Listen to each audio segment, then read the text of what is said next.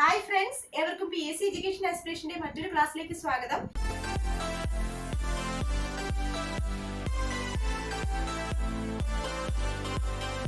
ഇന്നത്തെ ക്ലാസ്സിൽ നമ്മൾ പഠിക്കുന്നത് ഇന്ത്യൻ കോൺസ്റ്റിറ്റ്യൂഷനുമായി ബന്ധപ്പെട്ട കറണ്ട് അഫയേഴ്സ് ചോദ്യങ്ങളാണ്. നമുക്ക് പോകാം ക്ലാസ്സിലേക്ക്. ആദ്യമായി ഇന്ത്യൻ ഭരണഘടനാ ഭേദഗതി, ലേറ്റസ്റ്റ് ആയിട്ട് വന്നിട്ടുള്ള ഭരണഘടനാ ഭേദഗതിയാണ്. 105ാമത് ഭരണഘടനാ ഭേദഗതിയാണ്. ഇത് പാസ്സാക്കിയത് ഏത് വർഷമാണെന്ന് ചോദിച്ചാൽ 2021 ഓഗസ്റ്റ് 18-നാണ് ഇത് പാസ്സാക്കിയത്. അപ്പൊ ഇന്ത്യൻ ഭരണഘടനയുടെ 105ാമത് ഭേദഗതി പാസ്സാക്കിയ വർഷം 2021 ഓഗസ്റ്റ് 18-നാണ് ഇത് പ്രാബല്യത്തിൽ വന്നത്. ഇത് എന്തുമായി ബന്ധപ്പെട്ട ഭേദഗതിയാണെന്ന് ചോദിച്ചാൽ സോഷ്യോ എക്കണോമിക് ബാക്ക്വേർഡ് ക്ലാസ്സുമായിട്ട്, സമൂഹത്തിലെ എക്കണോമിക്കലി ബാക്ക്വേർഡ് ആയിട്ടുള്ള ക്ലാസ്സുമായിട്ട് ബന്ധപ്പെട്ട ഭരണഘടനാ ഭേദഗതിയാണ്. അതായത് SEBC നമ്മൾ പറയും. അതായത് ഈ SEBCയെ തീരുമാനിക്കാനുള്ള അവകാശം ഇത് വീണ്ടും സ്റ്റേറ്റിന് തന്നെ കിട്ടിയിരിക്കുന്നു, അല്ലെങ്കിൽ സ്റ്റേറ്റിലേക്ക് കൈമാറിയിരിക്കുന്നു. ഇതുമായി ബന്ധപ്പെട്ട ഭരണഘടനാ ഭേദഗതിയാണ് 105ാമത് ഭേദഗതി എന്ന് പറയുന്നത്. ഇനി ഭേദഗതി പഠിക്കുന്നതിനോടൊപ്പം ഭേദഗതി ബില്ലും കൂടി പഠിച്ചു വെക്കേണ്ടതാണ്.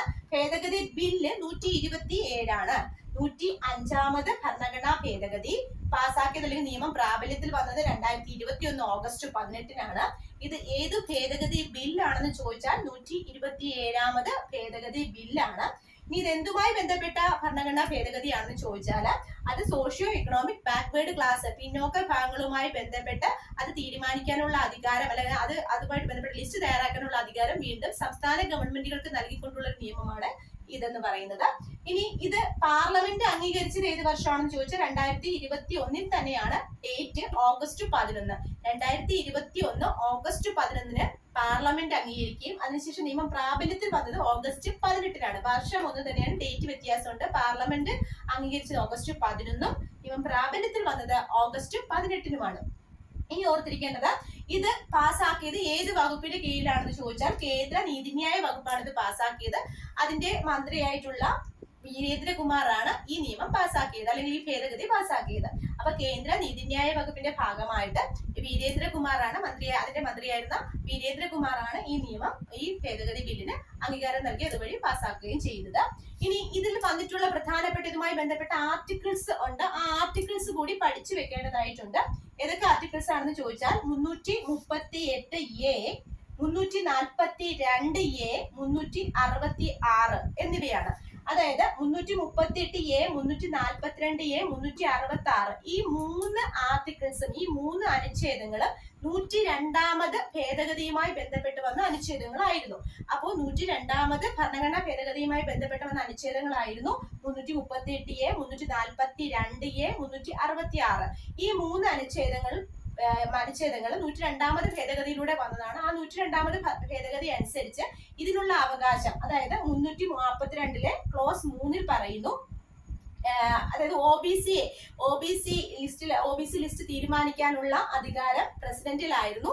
അതുപോലെ തന്നെ OBC ലിസ്റ്റിലുള്ള ആൾക്കാർ ആരൊക്കെയാണ് എന്ന് തീരുമാനിക്കാനുള്ള അധികാരം പാർലമെന്റിനായിരുന്നു. ഈ 2 അധികാരങ്ങളും ആരിലേക്കായിരുന്നു? പാർലമെന്റിനും പ്രസിഡന്റിനുമായിരുന്നു. അതായത് OBC വിഭാഗത്തെ തീരുമാനിക്കാനും OBC ലിസ്റ്റിൽ ഉൾപ്പെടുന്നത് ആരൊക്കെയാണെന്ന് തീരുമാനിക്കാനുള്ള അധികാരം പ്രസിഡന്റിനും പാർലമെന്റിനുമായിരുന്നു 102ാമത്തെ ഭേദഗതി പ്രകാരം.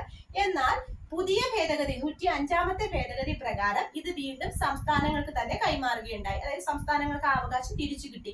ഇതാണ് 105ാമത്തെ ഭേദഗതി എന്ന് പറയുന്നത്. മറക്കാതെ ഓർത്ത് വെച്ചേക്കുക. അപ്പൊ 338A അതിന്റെ ക്ലോസ് 9 പറയുന്നു നാഷണൽ ബാക്ക്വേർഡ് കമ്മീഷൻ ആണ്. ബാക്ക്വേർഡ് കമ്മീഷൻ, പിന്നോക്ക വിഭാഗങ്ങൾക്ക് വേണ്ടിയുള്ള കമ്മീഷനെ കുറിച്ച് പ്രതിപാദിക്കുന്നത്, നാഷണൽ കമ്മീഷൻ ഫോർ ബാക്ക്വേർഡ് ക്ലാസസിനെ കുറിച്ചുള്ള കമ്മീഷനെ കുറിച്ച് പ്രതിപാദിക്കുന്നത് 338A ക്ലോസ് 9 അതും അതുപോലെ തന്നെ 342A അതിന്റെ ക്ലോസ് 3 പറയുന്നു ഈ പറഞ്ഞ OBC ലിസ്റ്റും OBCയെ തീരുമാനിക്കാനുള്ള അവകാശം പ്രസിഡന്റിലും പാർലമെന്റിലുമായിരുന്നു. അത് 102ാമത്തെ അമെന്റ്മെന്റ് പ്രകാരമായിരുന്നു. അത് വീണ്ടും തിരിച്ചാറിലേക്ക് തന്നെ വന്നു, അത് വീണ്ടും സ്റ്റേറ്റിലേക്ക് തന്നെ വന്നു. അതാണ് ഈ നിയമം എന്ന് പറയുന്നത്. അപ്പൊ സ്റ്റേറ്റിന് ആ അവകാശം പുനഃസ്ഥാപിച്ചു കിട്ടിയതാണ് ഈ ഭേദഗതി എന്ന് പറയുന്നത്, മറക്കരുത്. അപ്പൊ ചോദിക്കാം, 105ാമത് ഭരണഘടനാ ഭേദഗതിയുമായി ബന്ധപ്പെട്ട് വന്ന ആർട്ടിക്കിൾസ് ഏതൊക്കെയാണെന്ന് ചോദിച്ചാൽ 338A, 342A, 366 എന്നിവയാണ്. 366 എന്ന് പറഞ്ഞാൽ ഈ socio economic backward class, SEBC socio economic backward ക്ലാസ്സിനെ തീരുമാനിക്കാനുള്ള അധികാരം പാർലമെന്റിൽ നിന്നും പ്രസിഡന്റിൽ നിന്നും വീണ്ടും ആർക്ക് തിരിച്ചു കിട്ടിയിരിക്കുന്നു?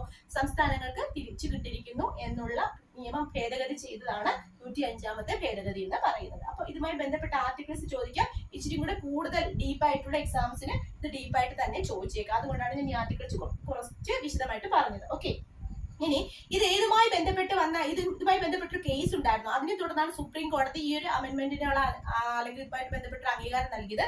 അതായത് മറാത്ത ഭാഗങ്ങളുടെ സംവരണവുമായി ബന്ധപ്പെട്ട് ഒരു സുപ്രീം കോടതി നിയമം ഉണ്ടായിരുന്നു, 2021 പാസ്സാക്കുകയുണ്ടായി. അപ്പൊ അതുമായി ബന്ധപ്പെട്ടിട്ടാണ് ഈ ഒരു ഭേദഗതിക്ക് കാരണമായത്. അപ്പൊ ഈ 105ാമത് ഭരണഘടനാ ഭേദഗതിക്ക് കാരണമായ വന്ന കേസ് ഏതാണെന്ന് ചോദിച്ചാൽ മറാത്ത ഭാഗങ്ങളുടെ സംവരണവുമായി ബന്ധപ്പെട്ട് വന്ന കേസാണ് ഈ ഒരു 105ാമത് ഭരണഘടനാ ഭേദഗതിക്ക് കാരണമായത്. അതായത് പാർലമെന്റിൽ പ്രസിഡന്റിൽ നിഷിദ്ധമായിരുന്ന കുറെ കാര്യങ്ങൾ അവരുടെ കയ്യിലുണ്ടായിരുന്നത് തിരിച്ചു വീണ്ടും ആരിലേക്ക് വന്നു, സംസ്ഥാനങ്ങളിലേക്ക് കൈവശാവകാശം കിട്ടിയതാണ് ഈ പറഞ്ഞ 105ാമത് ഭരണഘടനാ ഭേദഗതി. ഓർത്തു വെച്ചേക്കണം, 105ാമത് 2021 ഓഗസ്റ്റ് 18 അതുപോലെ തന്നെ ഇത് ഏത് ഭരണഘടനാ ഭേദഗതി ബില്ലാണെന്ന് വെച്ചാൽ 127 ലേറ്റസ്റ്റ് ആണ്, കറണ്ട് അഫെയർ ആണ്, മറക്കരുത്.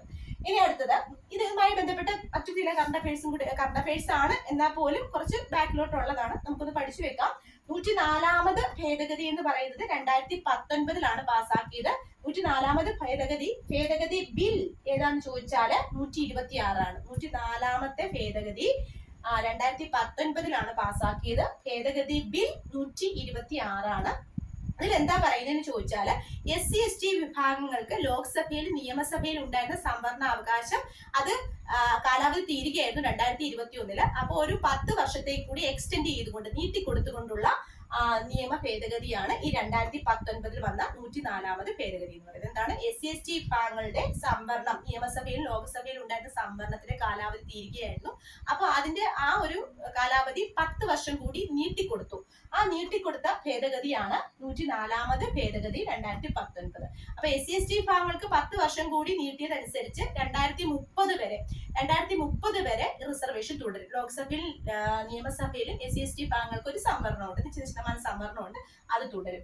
അപ്പൊ അതുപോലെ തന്നെ അതുവരെ ഉണ്ടായിരുന്ന മറ്റൊരു നിയമമായിരുന്നു ആംഗ്ലോ ഇന്ത്യൻസിന് റിസർവേഷൻ ഉണ്ടായിരുന്നു. എന്നാൽ ഈ ഒരു അമെന്റ്മെന്റ് പ്രകാരം, ഈ ഒരു ഭേദഗതി പ്രകാരം, അതായത് 104ാമത് ഭരണഘടനാ ഭേദഗതി പ്രകാരം SC/ST വിഭാഗങ്ങൾക്ക് 10 വർഷം കൂടി സംവരണം നീട്ടിക്കൊടുത്തത് കൂടാതെ ആംഗ്ലോ ഇന്ത്യൻസിന്റെ സംവരണം പൂർണ്ണമായും എടുത്തു കളഞ്ഞു. അപ്പൊ 2 കാര്യങ്ങളാണ് ഓർത്തിരിക്കേണ്ടത്. ഒന്ന്, SC/ST വിഭാഗങ്ങൾക്ക് 10 വർഷം എക്സ്റ്റെൻഡ് ചെയ്ത് കൊടുത്തു എന്നുള്ളതും നിയമസഭയിലും ലോക്സഭയിലും റിസർവേഷൻ എക്സ്റ്റെൻഡ് ചെയ്ത് കൊടുത്തു. അതുകൂടാതെ ആംഗ്ലോ ഇന്ത്യൻസിന് പരിപൂർണമായും റിസർവേഷൻ ഇല്ലാതാക്കി. അതാണ് 104ാമത്തെ ഭേദഗതി 2019 വന്നത്. അപ്പൊ അത് കൃത്യമായിട്ട് ഓർത്തു വെച്ചേക്ക. 104ാമത് ഭരണഘടനാ ഭേദഗതി, 126ാമത് ഭേദഗതി ബില്ല്. ഓക്കെ, ഇനി 103ാമത് ഭേദഗതി, 103ാമത് അമെന്റ്മെന്റ് 2019 തന്നെയാണ്, 2014 പോലെ തന്നെ. ഇതിൽ പറയുന്നത് മുന്നോക്ക വിഭാഗങ്ങളുടെ പിന്നോക്ക സംവരണം, അതായത് സമൂഹത്തില് ഉന്നത ജാതിയിൽപ്പെട്ട ആൾക്കാർ, പിന്നോക്കമായിട്ട് നിൽക്കുന്ന ആൾക്കാർ, മുന്നോക്ക വിഭാഗങ്ങളിലെ പിന്നോക്കക്കാർക്കുള്ള സംവരണം 10% സംവരണം ഏർപ്പെടുത്തിയതാണ് 103ാമത് ഭേദഗതി 2019. ഇത്തരത്തില് മുന്നോക്ക വിഭാഗങ്ങൾക്ക് പിന്നോക്ക സംവരണം ഏർപ്പെടുത്തിയ ഫസ്റ്റ് സംസ്ഥാനം ഗുജറാത്ത് ആണ്. ഏതാണ്? ഗുജറാത്ത് ആണ്. ഇത് എത്രാമത്തെ ഭരണഘടനാ ഭേദഗതി ബില്ലായിരുന്നു എന്ന് ചോദിച്ചാൽ 124ാമത്തെ ഭേദഗതി ബില്ലാണ്. ഓക്കെ, മറക്കല്ലേ. 103ാമത് അമെന്റ്മെന്റ് 2019 മുന്നോക്ക വിഭാഗക്കാരുടെ പിന്നോക്ക സംവരണമാണ്. അത് 10% സംവരണമാണ് മുന്നോക്ക വിഭാഗങ്ങളിലുള്ളവർക്ക് ഉള്ള പിന്നോക്കക്കാർക്ക് നൽകിയത്. ഫസ്റ്റ് സംസ്ഥാനം ഗുജറാത്ത് ആണ്. 124ാമത് ഭേദഗതി ബില്ലാണ്. ഇത് പ്രകാരം ഏതൊക്കെ ആർട്ടിക്കിൾസ് ആണ് പുനരാവിഷ്കരിച്ച് അല്ലെങ്കിൽ ചേഞ്ച് വരുത്തിയതെന്ന് ചോദിച്ചാൽ ആർട്ടിക്കിൾസ് 15ഉം 16, അനുച്ഛേദങ്ങൾ 15ഉം 16ഉമാണ് 103ാമത് ഭേദഗതിയിലൂടെ പരിഷ്കരിച്ചത്. ഓക്കെ, ഇനി 102ാമത് അമെന്റ്മെന്റ് പാസ്സാക്കിയത് 2018. ഇത് ദേശീയ പിന്നോക്ക വിഭാഗ കമ്മീഷനുമായി ബന്ധപ്പെട്ട് വന്ന, അതായത് ദേശീയ പിന്നോക്ക വിഭാഗ കമ്മീഷന് ഭരണഘടനാ പദവി, കോൺസ്റ്റിറ്റ്യൂഷണൽ സ്റ്റാറ്റസ് കൊടുത്തുകൊണ്ട് ഭരണഘടനാ പദവി കൊടുത്തുകൊണ്ട് വന്ന ഒരു ഭേദഗതിയായിരുന്നു 102ാമത് ഭേദഗതി. ഇത് 2018 പാസ്സാക്കിയത്. ഇത് 123ാമത് ഭേദഗതി ബില്ലായിരുന്നു. എത്രയായിരുന്നു? 123ാമത് ഭേദഗതി ബില്ല്. ഭേദഗതിയും ചോദിക്കാറുണ്ട്, ഭേദഗതി ബില്ലും എക്സാമിന് ചോദിക്കാറുണ്ട്. ഓക്കെ, ഇത് പാസ്സാക്കിയത് 2018 ഓഗസ്റ്റ് 11. 2018 ഓഗസ്റ്റ് 11. ഒന്നും കൂടി പറയുന്നു, 102ാമത് അമെന്റ്മെന്റ് 2018 ഓഗസ്റ്റ് 11 നിലവിൽ വന്നത്. ഇതിന്റെ കാരണം ഇത് എന്തിനു വേണ്ടിയിട്ടുള്ളതായിരുന്നു എന്ന് ചോദിച്ചാൽ ദേശീയ പിന്നോക്ക വിഭാഗ കമ്മീഷന് ഭരണഘടനാ പദവി നൽകുക എന്ന ലക്ഷ്യത്തോടു കൂടിയാണ് ഈ അമെന്റ്മെന്റ് പാസ്സാക്കിയത്. ഇത് ഭേദഗതി ബില്ല് 123 ആണ്. നെക്സ്റ്റ് വൺ, 101ാമത്തെ അമെന്റ്മെന്റ്, അതായത് റിവേഴ്സ് ഓർഡറിലാണ് എഴുതിയേക്കുന്നത്. ഓക്കെ, 101ാമത്തെ അമെന്റ്മെന്റ് എന്ന് പറഞ്ഞാൽ പാസ്സാക്കിയത് 2016 101ാമത്തെ അമെന്റ്മെന്റ് എല്ലാവർക്കും അറിയാവുന്നതാണ്, ഒത്തിരി തവണ ചോദിച്ചിട്ടുള്ളതാണ്. GST, ഗുഡ്സ് ആൻഡ് സർവീസ് ടാക്സുമായി ബന്ധപ്പെട്ടതാണ്. GST നിയമം ഇത്തരത്തിൽ പ്രാബല്യത്തിൽ വന്നത് 2017 ജൂലൈ 1 പക്ഷെ അമെന്റ്മെന്റ് പാസ്സാക്കിയത്, ഭേദഗതി പാസ്സാക്കിയത് 2016 അത് മറക്കരുത്. ഭേദഗതി 101ാമത് ഭേദഗതി 2016 എന്നാൽ GST നിയമം പ്രാബല്യത്തിൽ വന്നത് 2017 ജൂലൈ 1 നികുതി എന്നുള്ള എക്കണോമിക്സിന്റെ ക്ലാസ്സിൽ ഞാൻ ഇതിന്റെ ഡീറ്റെയിൽഡ് ആയിട്ടുള്ള വീഡിയോ ചെയ്തിട്ടുണ്ട്. അത് കാണാത്തവർക്ക് താഴെ ലിങ്ക് കൊടുത്തേക്കാം, അത് കണ്ട് മനസ്സിലാക്കുക GST കുറിച്ചുള്ള കൂടുതൽ കാര്യങ്ങൾ. ഓക്കെ, ഇത് 122ാമത് ഭേദഗതി ബില്ലാണ്. GST ബില്ല് എന്ന് പറഞ്ഞാൽ ഭേദഗതി 101, ഭേദഗതി ബില്ല് 122 മറക്കരുത്. ഭേദഗതി ബില്ല് എത്രയാണ്? 122. ഇനി ഇത്തരത്തില് GST നിയമം പ്രാബല്യത്തിൽ വന്ന ആദ്യ സംസ്ഥാനം എന്ന് പറയുന്നത്, പാസ്സാക്കിയ ആദ്യ സംസ്ഥാനമാണ് ആസാം. GST നിയമം പാസ്സാക്കിയ ആദ്യ സംസ്ഥാനം ഏതാണ്? ആസാമാണ്. അത്രയും കാര്യങ്ങൾ മിനിമം അവിടെ നിന്ന് ഓർത്തിരിക്കുക. GST കുറിച്ചുള്ള കൂടുതൽ വിവരങ്ങൾ മറ്റു ക്ലാസ്സുകൾ കാണുക. അപ്പൊ 101ാമത് അമെന്റ്മെന്റ് 2016 GSTയുമായിട്ട് ബന്ധപ്പെട്ട അമെന്റ്മെന്റ് ആണ്. GST നിയമം പ്രാബല്യത്തിൽ വന്ന 2017 ജൂലൈ 1 ഇത്തരത്തിൽ ആദ്യമായി പാസ്സാക്കിയ സംസ്ഥാനം, GST നിയമം പാസ്സാക്കിയ സംസ്ഥാനം ആസാമാണ്. 122ാമത് ഭേദഗതി ബില്ലായിരുന്നു. ഇനി 100ാമത് ഭേദഗതി. 100ാമത് ഭേദഗതി എന്ന് പറഞ്ഞാൽ 2015 100ാമത് ഭേദഗതി. 2015 മെയ് 7 100ാമത് ഭേദഗതി പാസ്സാക്കിയത്. ഇത് എത്രാമത്തെ ഭേദഗതി ബില്ലായിരുന്നു എന്ന് ചോദിച്ചാൽ 119 മറക്കാതെ പഠിച്ചു വെക്കണേ, 119. ഇനി ഇത് എന്തിനു വേണ്ടിയിട്ടുള്ള ഭേദഗതിയായിരുന്നു? 100ാമത്തെ ഭേദഗതി എന്ന് ഒരുപാട് തവണ ചോദിച്ചിട്ടുള്ളതാണ്. അപ്പൊ 100ാമത്തെ ഭേദഗതി എന്ന് പറയുന്നത് എല്ലാം മിക്കവാറും ഉള്ള 105 അങ്ങനെ ചോദിച്ചിട്ടില്ല. ബാക്കിയുള്ളതെല്ലാം തന്നെ ലേറ്റസ്റ്റ് ആണ്. ബാക്കിയുള്ളതെല്ലാം തന്നെ പരീക്ഷയ്ക്ക് ചോദിച്ചു കണ്ടിട്ടുണ്ട്.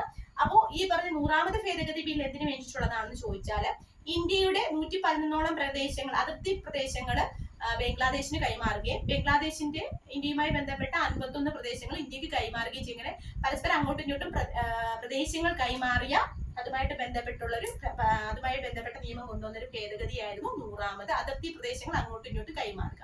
ബംഗ്ലാദേശിന് അങ്ങോട്ട് ഇന്ത്യ 111, തിരിച്ച് ബംഗ്ലാദേശ് ഇന്ത്യക്കും 51 പ്രദേശങ്ങളും കൈമാറിയ അതിർത്തി പ്രദേശം കൈമാറുന്നതുമായി ബന്ധപ്പെട്ട ഭേദഗതിയാണ് 100ാമത് ഭേദഗതി പാസ്സാക്കിയത് 2015 മെയ് 7.